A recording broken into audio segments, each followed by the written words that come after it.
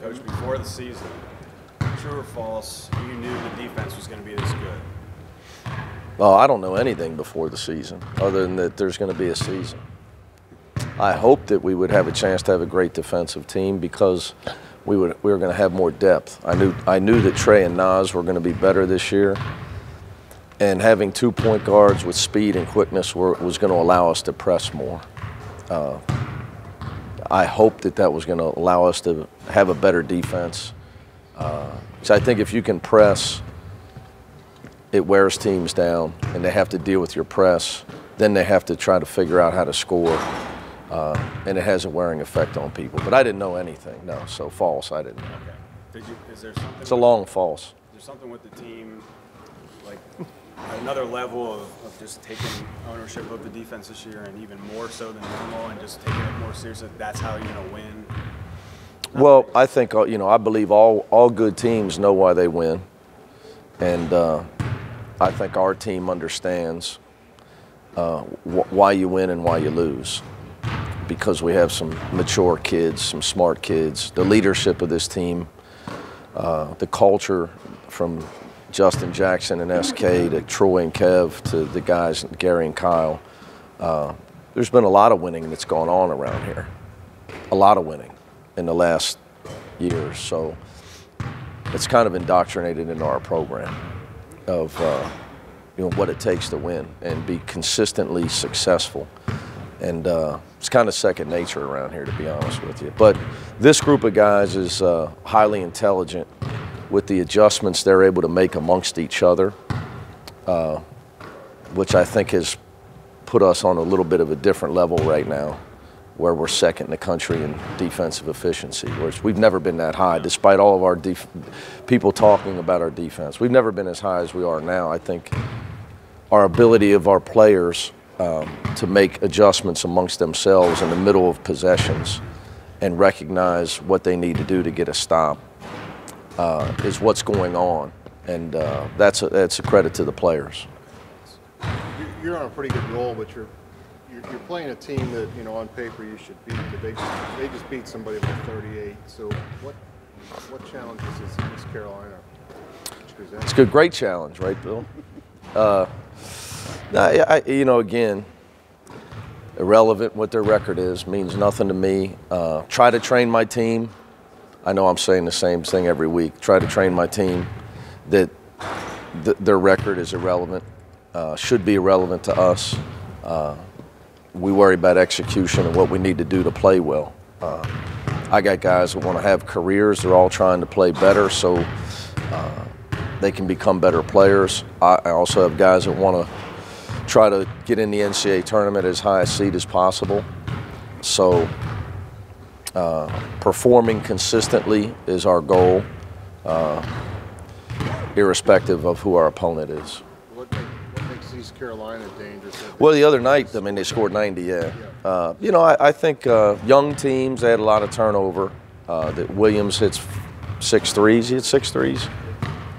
He hit 6 threes. You know, he hit 6 threes for him last night. You know, I guess I should say, since you're writing this for tomorrow, I should say he hit 6 threes Wednesday against South Florida.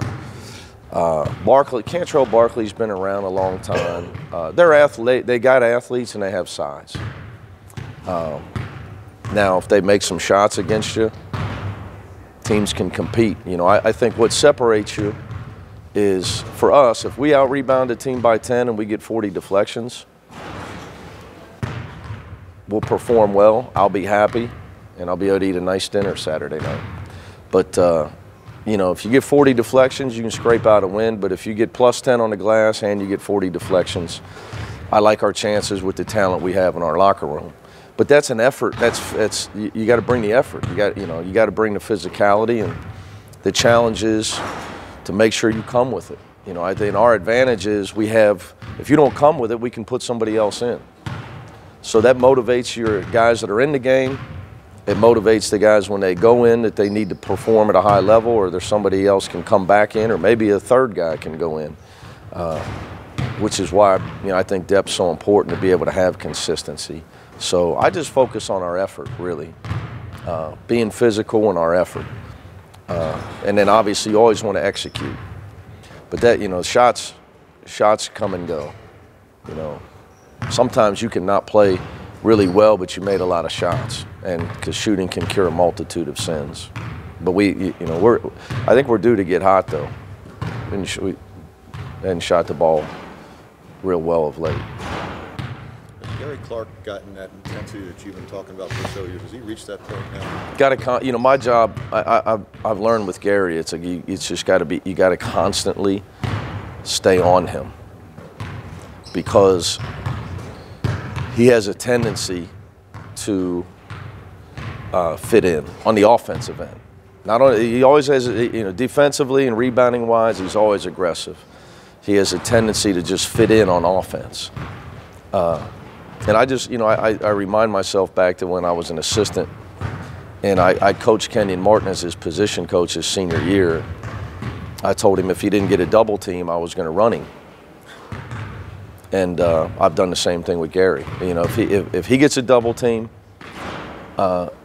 he can pass it. If he doesn't get a double team and he passes the ball, I'm running him. You know, so you see me, if Gary Clark doesn't get a double team, he needs to go score or get fouled, or he's going to hear from me. He's going to hear from me. And have you had to run him? No, I've taken him out a few times. You know, people, you know, in the course of a game, you have to remind him. He got a little reminder the other night when he came back in. He went at Taco every time. Coach, what do you look for from your bench?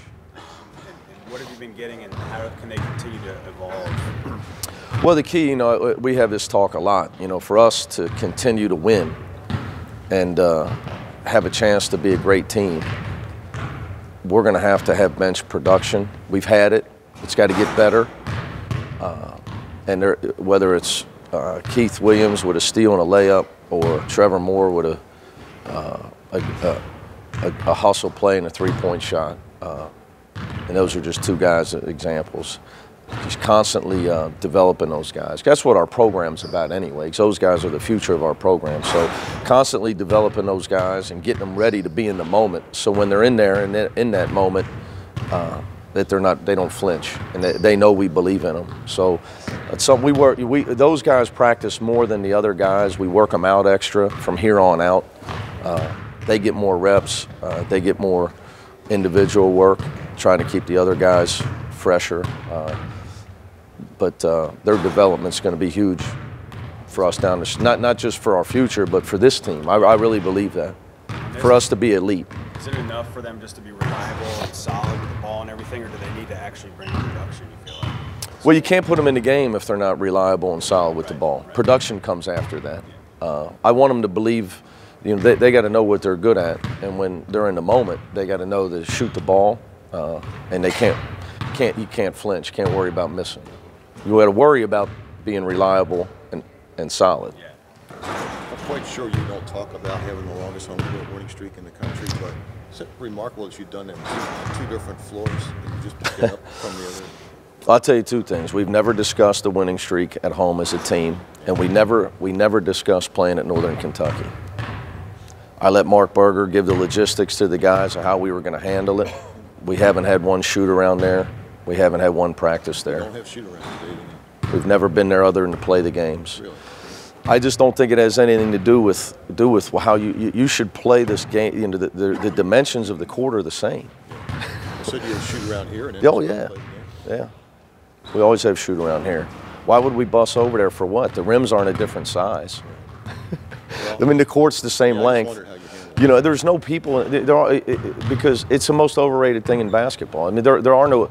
It's going to be different when you put people in the stands, the background, the depth, you know, all that stuff. So I would say the only place I believe that I've ever coached where I think it's important to practice in there, if you can, and definitely shoot in there, is the Carrier Dome.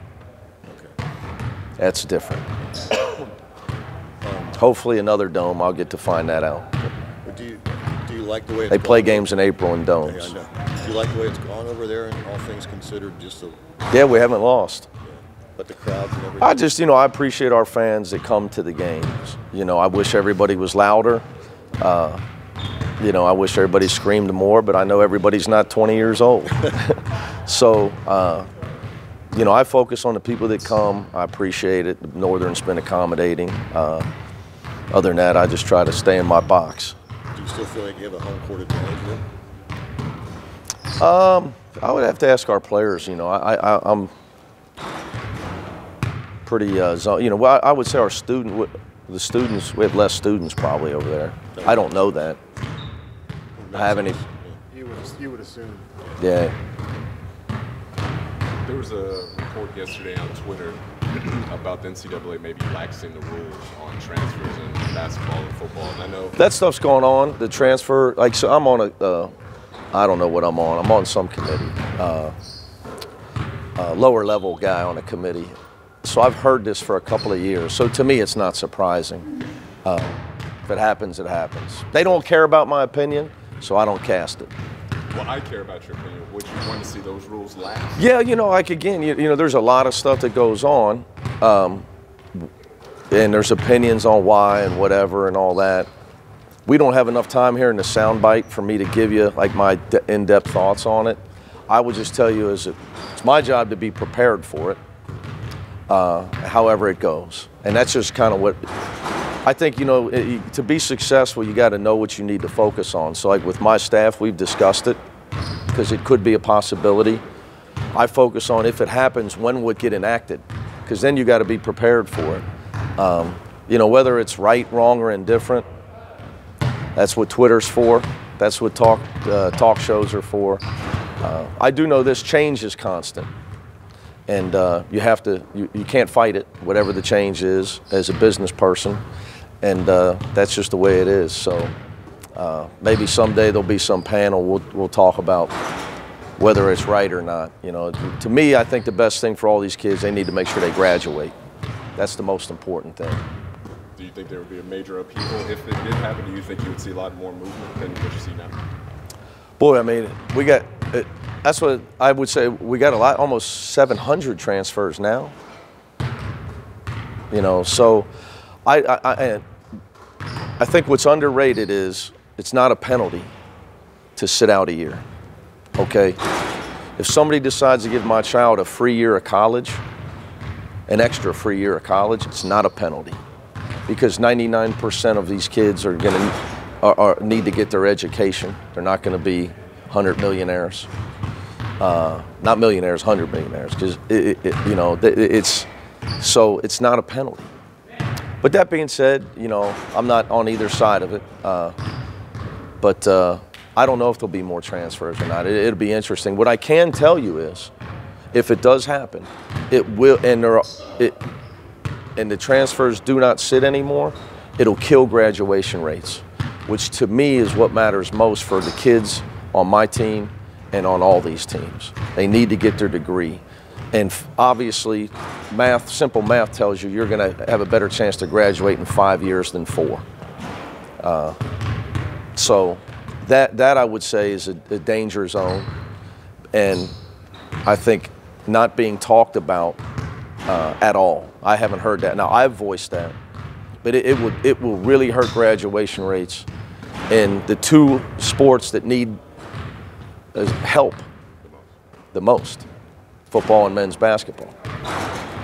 So that part of it's will be a bad side effect, because now you're going to be out and you're going to use your eligibility in 4 years with a transfer, which you could, where you might have to change majors. You might lose a significant amount of credits. Like Kyle Washington lost credits because we did not have his major. So you know, he's a great student. He does everything on time. He should have been. He would not have been done. He was not done in 4 years. So because of his transfer, he needed the 5th year. Same as Kane Broom. So that part of it will be a bad side effect.